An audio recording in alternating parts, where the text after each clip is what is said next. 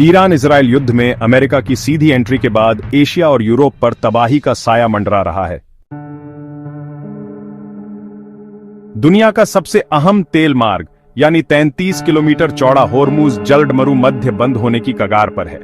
Iran ने वो ऐलान कर दिया है जिसकी किसी को उम्मीद नहीं थी, लेकिन इस बीच भारत न तो डरा है न चिंतित, बल्कि वो तो इस संकट में भी मुनाफे की रणनीति पर काम कर चुका है।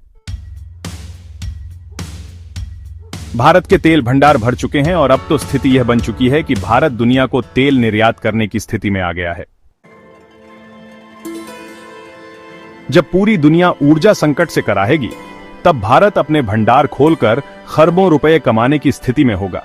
यह चमत्कार अचानक नहीं हुआ है, यह एक दूरदर्शी रणनीति का परिणाम है जो तब बनी जब दुनिया सो रही थी और भारत जाग रहा था।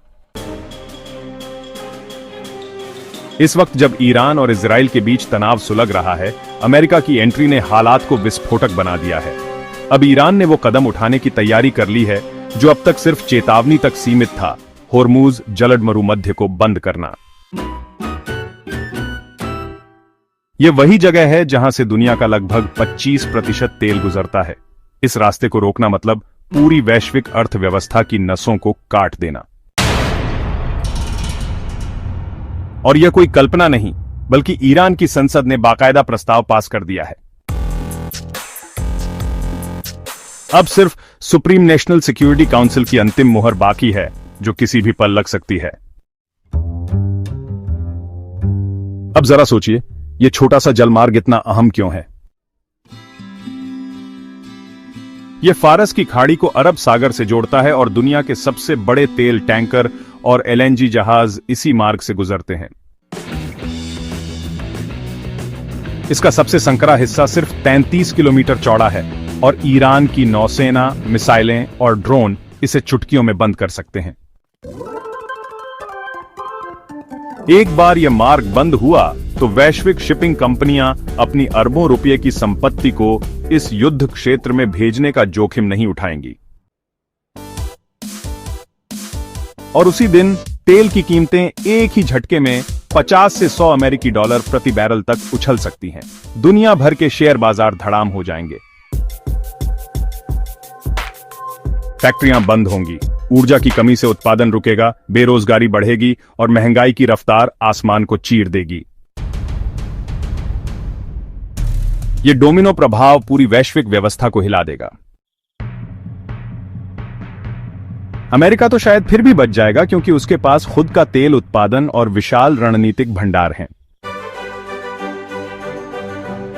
लेकिन असली मार पड़ेगी यूरोप और एशिया के देशों पर, खासकर जापान, कोरिया, जर्मनी, इटली जैसे देश जो ऊर्जा के लिए खाड़ी देशों पर निर्भर हैं। यही नहीं, ईरान ने बाब अल मंडेब जलडमरू मध्य पर भी अपनी पकड़ मजबूत कर ली है, जहां हूथी विद्रोही पहले से ही सक्रिय हैं। यानी रेड सी और होर्मुज दोनों तरफ से ईरान दुनिया की आपूर्ति चेन को जकड़ चुका है। यह एक भू राजनीतिक आर्थिक जाल है जो पूरी दुनिया को घुटनों पर लाने के लिए काफी है। लेकिन इसी बर्बादी की चादर में भारत की चमक एक उम्मीद की किरण बनकर उभर रही है। जब बाकी देश अपनी राजनीति में उलझे थे, भारत ने लंबी रणनीति पर काम करना शुरू कर दिया।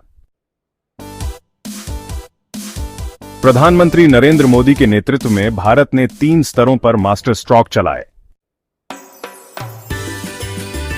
पहला मास्टर स्ट्रोक रूस से दोस्ती को और मजबूत बनाना। रूस यूक्रेन युद्ध शुरू होते ही पश्चिमी देशों ने भारत पर दबाव बनाया कि वह रूस से तेल खरीदना बंद करे। लेकिन भारत अपने राष्ट्रीय हितों से नहीं डिगा। रूस से सस्ता कच्चा तेल खरीदने का जो सिलसिला शुरू हुआ, उसने आज भारत को ऊर्जा आत्मनिर्भरता के पथ पर खड़ा कर दिया है।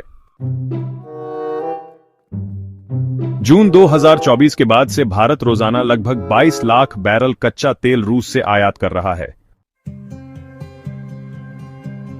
यह संख्या सऊदी अरब और इराक से आने वाले कुल तेल से भी ज्यादा है। इस सस्ते तेल ने भारत को आर्थिक रूप से मजबूत कर दिया है।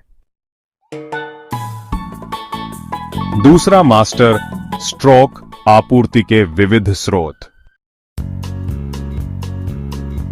भारत ने सिर्फ रूस पर निर्भर नहीं रहने का फैसला लिया, बल्कि 40 से अधिक देशों से तेल आपूर्ति के समझौते किए। अब भारत अमेरिका, अफ्रीका, दक्षिण अमेरिका जैसे इलाकों से भी तेल मंगाता है। यानी अगर खाड़ी क्षेत्र से आपूर्ति बंद हो भी जाए तो भारत के पास दर्जनों वैकल्पिक स्रोत मौजूद हैं। तीसरा, मास्टर स्ट्रोक, रणनीतिक भंडारण। भारत ने देश भर में विशाल भूमिगत भंडार बनाए। विशाखापत्तनम, मैंगलोर, पाडुर जैसे स्थानों पर लाखों टन कच्चा तेल स्टोर किया गया है। जब रूस यूक्रेन युद्ध के दौरान तेल सस्ता था, तब भारत ने चुपचाप इन भंडारों को भर लिया। आज हमारे पास कई सप्ताह का पर्याप्त बफर स्टॉक मौजूद है। इसका मतलब अगर होर्मुज बंद हो भी जाता है तो भारत को कोई घबराने की जरूरत नहीं। हमारे पास इतना समय होगा कि हम अपने वैकल्पिक सप्लाई चेन को सक्रिय कर सकें। इन तीनों कदमों ने भारत को एक तेल युद्ध का अजेय योद्धा बना दिया है।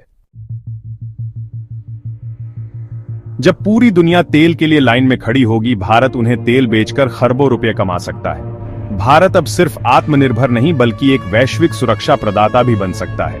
यह है नए भारत की ताकत, जो संकट को अवसर में बदलना जानता है। जहां बाकी देश अमेरिका की चाल में फंस गए, वहीं भारत ने रूस के साथ मिलकर ऐसी रणनीति बनाई कि पूरी दुनिया आज उसकी सराहना कर रही है।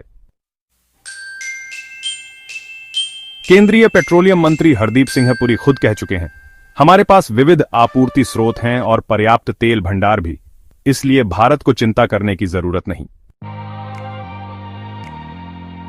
यह आत्मविश्वास हवा में नहीं आया है, यह वर्षों की ठोस नीतियों का परिणाम है। तो दोस्तों, क्या आपको लगता है कि भारत ने सही समय पर सही चाल चली है? क्या यह रणनीति दूसरे देशों के लिए एक उदाहरण बन सकती है? अपनी राय नीचे कमेंट में जरूर बताएं। वीडियो को लाइक, सब्सक्राइब और अपने दोस्तों तक जरूर शेयर करें। जय हिंद।